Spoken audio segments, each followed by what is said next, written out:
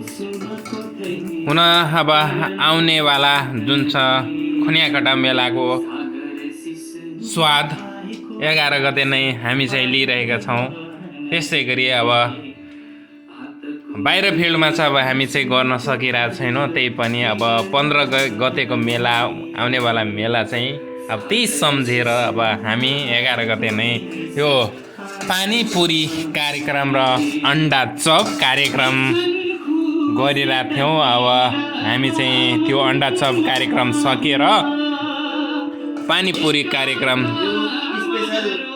यो special proprietor उहाँ हुनुहुन्छ अरुण कुमार विश्वास,